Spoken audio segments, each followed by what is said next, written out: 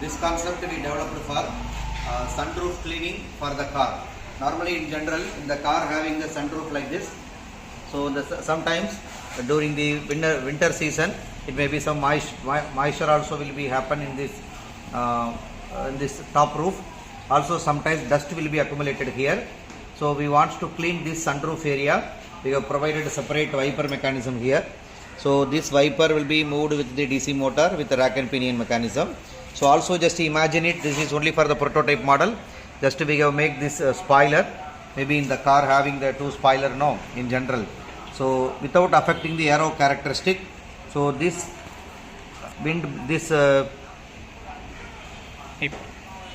because once this wiper is cleaned the dust or moisture whatever, then immediately this may goes to the within the spoiler area. So now I am operating this.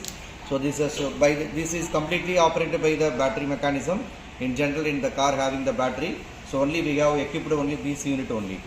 So in the real time manner, it won't it look like a product, but this is only for the prototype model.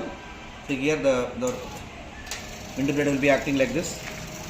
So this may be go once it's cleaned, this reach to the spoiler area. Again it may be operated towards this direction. So like this automatic sunroof mechanism will be function. Thank you.